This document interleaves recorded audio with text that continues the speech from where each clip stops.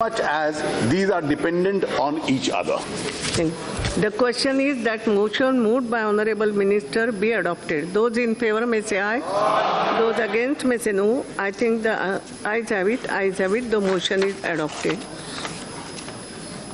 We will now take up bills at serial number 15, 16, 17 and 18 together. Honorable Minister may move motion for consideration of these four bills one by one. Madam Speaker, I rise to move that the Central Goods and Services Tax Bill 2017 be taken into consideration. All others also you can, together you can. The Integrated Goods and Services Tax Bill 2017, the Goods and Services Tax Compensation to the States Bill 2017, and the Union Territory Goods and Services Bill Tax Bill 2017 may be taken into consideration. Yes.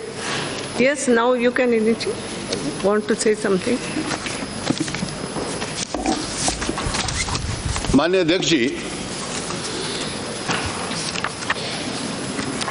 ये एक महत्वपूर्ण 4 विधेयक हैं जिनको संयुक्त रूप से इसलिए लिया जा रहा है कि इनका जो सब्जेक्ट मैटर और संदर्भ है वो सेम है।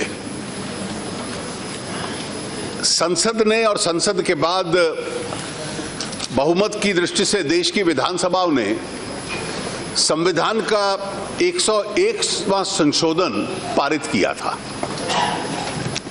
इस संशोधन को पारित करने से पूर्व जो इस देश में इनडायरेक्ट टैक्सेस की प्रणाली थी,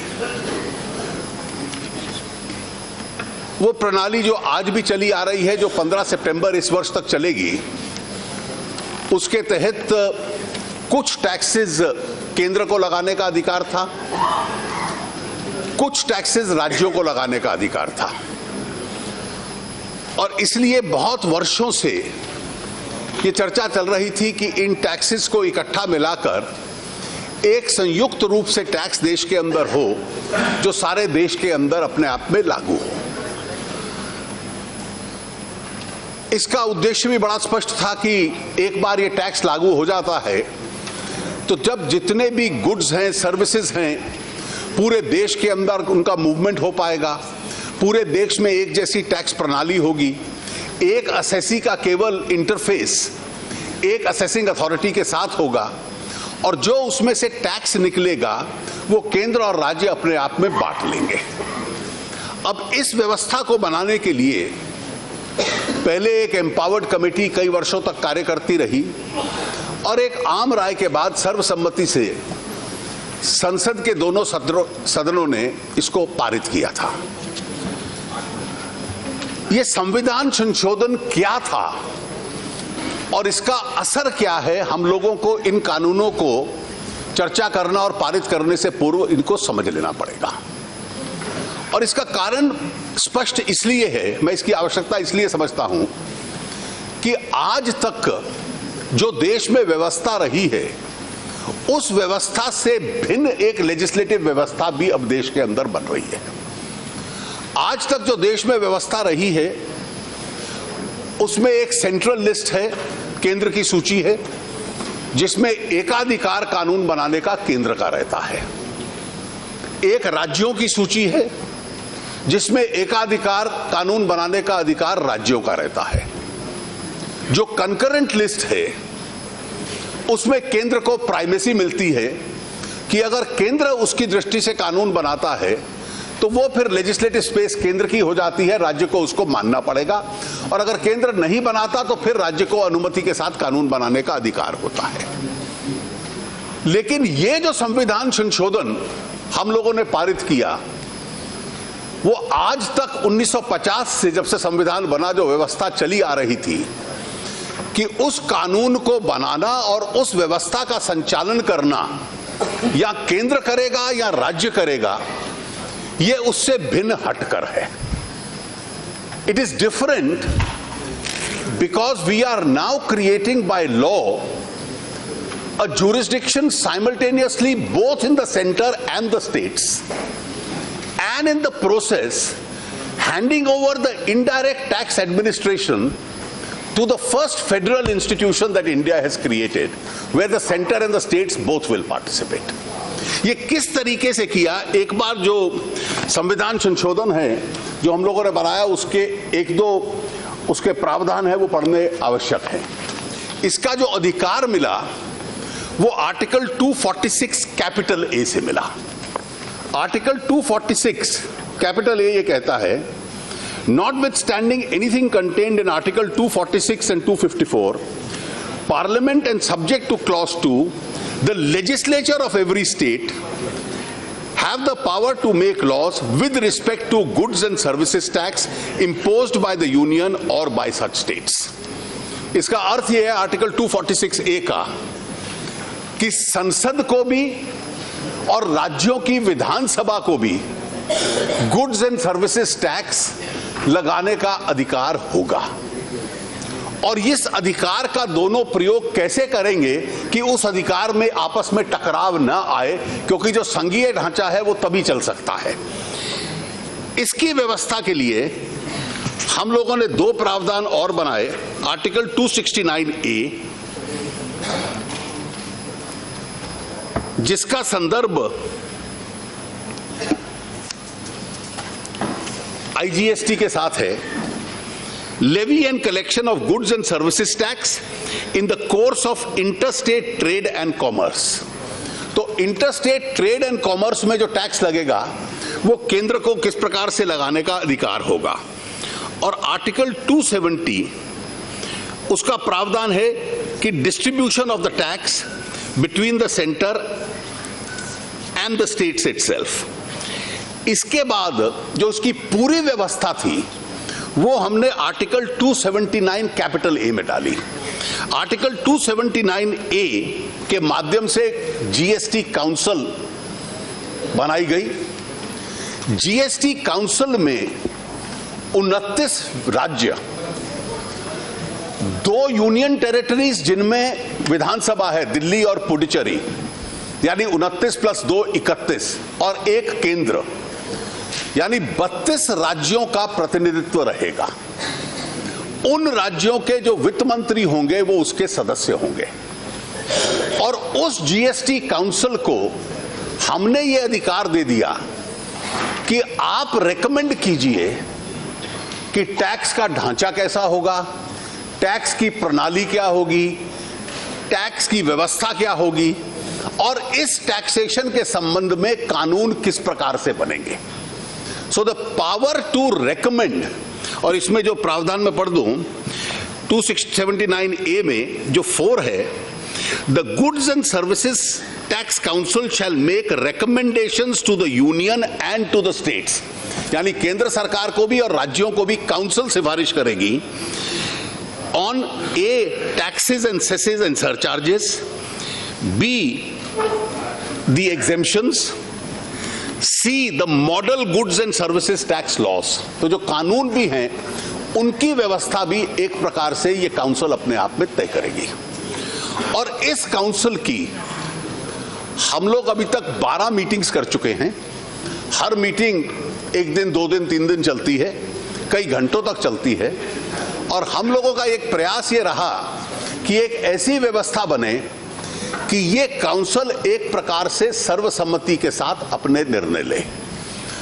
अब उस सर्वसम्मति के साथ जो निर्णय काउंसिल ने लिए हैं, उसने अपनी रिकमेंडेशन 5 कानूनों के संबंध में भेजी है, जो 4 संसद के सामने आएगी और 1 रिकमेंडेशन हर राज्य की विधानसभा और 2 यूनियन टेरिटरीज जिनमें विधानसभा यानी 31 विधानसभाओं के सामने जाएगी। ये 5 कानून क्या हैं? पहला कानून है सेंट्रल जीएसटी लॉ। अब सेंट्रल जीएसटी लॉ गुड्स और सर्विसेज के ऊपर जो टैक्स लगेगा उसको इंटीग्रेट कर देता है। और टैक्स कितना लगेगा ये काउंसिल तय करेगी। कानून में उसकी ऊपरी सीमा क्या है, केवल उसकी व्यवस्था की जाती है। और उस टैक्स को इकट्ठा करना, उसको कलेक्ट करना और उसकी जो संचालन की सारी व्यवस्था सीजीएसटी लॉ के अंदर है। इसका दूसरा कानून है एसजीएसटी लॉ, जो केंद्र के सामने नहीं आएगा, जो 31 विधानसभाओं के सामने जाएगा, जो सेंट्रल लॉ का एक प्रकार से मिरर इमेज है कि हर राज्य में जो स्टेट जीएसटी है वो किस प्रकार से लगेगा। तीसरा कानून है इंटीग्रेटेड जीएसटी, जो इंपोर्ट्स के संबंध में या एक राज्य से दूसरे राज्य में या एक यूनियन टेरिटरी से दूसरी यूनियन टेरिटरी में अगर कोई ट्रांजैक्शन होता है तो उसके संबंध में जो इंटरस्टेट ट्रेड के ऊपर टैक्स लगता है, जो उसका संचालन करेगा। तीसरा कानून है UT GST law, union territory GST law. 5 ऐसी यूनियन टेरिटरीज हैं जिनमें विधानसभा नहीं है, चंडीगढ़, अंडमान निकोबार एक्सेट्रा। और इसके अलावा टेरिटोरियल वाटर्स के बियॉन्ड जो भारतीय टेरिटरी मानी जाती है वो भी यूनियन टेरिटरी मानी जाती है कि उसके अंदर जो टैक्स लगेगा। तो चौथा लॉ उसी व्यवस्था में यूटी जीएसटी लॉ है। और ये कानून एक प्रकार से जो सीजीएसटी लॉ है उसके प्रावधानों को इनकॉर्पोरेट कर लेता है और उन यूनियन टेरिटरीज के ऊपर लागू करता है। और जो पांचवा और अंतिम कानून है कि संविधान संशोधन में हमने ये कहा था कि पहले 5 वर्ष तक अगर किसी राज्य को भी इसमें घाटा होता है तो उस घाटे की पूर्ति की जाएगी। Now how is that compensation to be paid? उस कॉम्पेंसेशन को पे करने की जो व्यवस्था बनाई है वो भी मैं आपको समझा देता हूं कि अभी हम लोगों ने मल्टीपल टैक्सेशन ब्रैकेट्स रखे हैं। काफी कमोडिटीज और गुड्स ऐसे होंगे, विशेष रूप से जो खाने की चीजें हैं, जो सस्ते होने चाहिए, जो जीरो रेटेड होंगे। तो पहला टैक्स स्लैब अपने आप में जीरो रहता है। दूसरा टैक्स स्लैब 5% का होता है। तीसरा टैक्स स्लैब हमने 2 स्टैंडर्ड रेट रखे हैं, 12% या 18%। और जो हाई कमोडिटीज हैं उसका रखा है 28%। लेकिन कई ऐसे गुड्स हैं जिनका स्वास्थ्य के ऊपर एडवर्स असर पड़ता है, जिनको सिन प्रोडक्ट्स कहते हैं या लग्जरी प्रोडक्ट्स हैं, जिनके ऊपर आज टैक्सेशन व्यवस्था 28 से ज्यादा है। मान लीजिए टबैको रिलेटेड सिगरेट्स, इस तरह के आइटम्स हैं, ये 60-65% तक जाते हैं। लग्जरी व्हीकल्स 40% तक जाते हैं। इसलिए लग्जरी आइटम्स और सिन प्रोडक्ट्स और एनवायरमेंट, जैसे कोल के ऊपर सेस हम लोग लगाते हैं, वो एनवायरमेंटली पर्यावरण की दृष्टि से वो टैक्स लगाना आवश्यक होता है। तो जितना इन कमोडिटीज पे एक्स्ट्रा अमाउंट 28% के ऊपर होगा, 5 वर्षों के लिए उसको कॉम्पेंसेशन सेस मान लिया जाएगा। मान लीजिए अगर सिगरेट पे 65% लगता है, मैं उदाहरण के तौर पे कह रहा हूं, या लग्जरी व्हीकल पे 40% लगता है, तो 28 से ऊपर वाला कंपोनेंट उसका कॉम्पेंसेशन फंड में चला जाएगा। और ये कॉम्पेंसेशन फंड उन राज्यों को मिल जाएगा जिस राज्य को कोई नुकसान होता है। और अगर नुकसान नहीं होता या इसमें से कोई कोष बच जाता है तो वो पैसा फिर राज्य और केंद्र के बीच में डिस्ट्रीब्यूट हो जाएगा। 5 वर्ष तक ये सेस की व्यवस्था हम लोगों ने रखी है। एक सुझाव ये था कि इसको हम टैक्स के रूप में लाएं, लेकिन अगर टैक्स के रूप में लाते तो ये जीएसटी काउंसिल ने डिस्कस किया तो उपभोक्ता के ऊपर इसका बहुत असर पड़ता। आज तो वो लग्जरी कार पे 40% दे रहा है या सिगरेट पे 65% दे रहा है, तो उसका एक हिस्सा हम लोगों ने सेस के रूप में बांध लिया और मौजूदा कीमतें रहेंगी, इन्फ्लेशनरी इंपैक्ट नहीं होगा। लेकिन अगर हम टैक्स लगाते हैं तो टैक्स का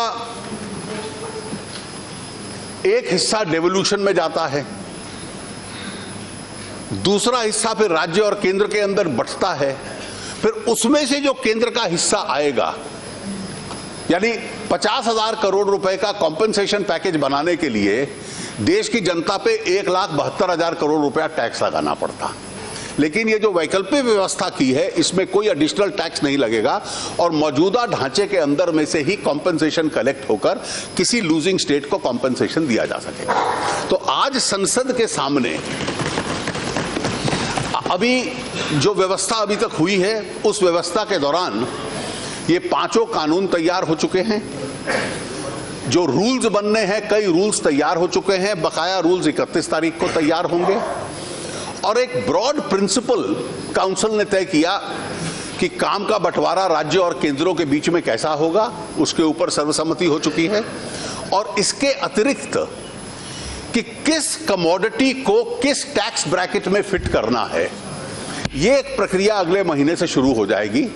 और उसका बुनियादी सिद्धांत ये रहेगा कि आज कोई व्यक्ति एक्साइज कितना देता है, कोई कमोडिटी पे वैट कितना देता है, कुल टैक्स कितने लगते हैं, और फिर काउंसिल तय करेगी कि जो उसके सबसे नजदीक टैक्स ब्रैकेट है, उस टैक्स ब्रैकेट में उसको फिट कर दिया जाए ताकि इसकी टैक्स कंपोनेंट अलग ना हो। मैं केवल इतना आरंभ में एक अंतिम बार कहना चाहता हूं कि the law that we are dealing with, even though parliament and state legislatures have the plenary power to legislate, but this is a unique experience of Indian legislatures because ordinarily we legislate in areas which exclusively belong to the domain of parliament or to the domain of the state legislature. Here we are legislating in an area where we have simultaneously under Article 246A conferred jurisdiction on both center and states. So the states have pooled in their sovereignty to the GST Council. The center has pooled in its sovereignty to the GST Council. So GST Council is India's first federal institution where sovereignty of the center and the states in relation to indirect taxes has been pooled together in a federal institution. Now, to create India's first federal institution, it is incumbent on all of us to make sure that this federal institution works. And therefore, in order to make this federal institution works, the delicate balance between what the center and the states have unanimously agreed is almost a federal contract. It's a federal contract with a constitutional sanction, which if any of the contracting party says, I unilaterally get out of it, or I will legislate something different. So can there be a situation that all the 32 legislatures say, I will make one or two changes to the law that we have all agreed? Now, if 32 different changes come and 32 different laws come, then GST becomes difficult, if not impossible, to implement. Therefore, while we discuss this law, we are free to make our recommendations to the council, which I as your representative will carry to the council. But at the same time, we will have to honor this federal relationship which we have established by way of pooled sovereignty. So whatever the center and the states have agreed can be implemented. Any form of unilateralism by any legislative body, I think, is possible when the area exclusively belongs to your domain. Once we are dealing with a delicate issue of center and state relations, I hope we are guided by to maintain that delicate balance of that relationship itself. With these few words, Madam, I recommend these laws for consideration of the Parliament. Thank you.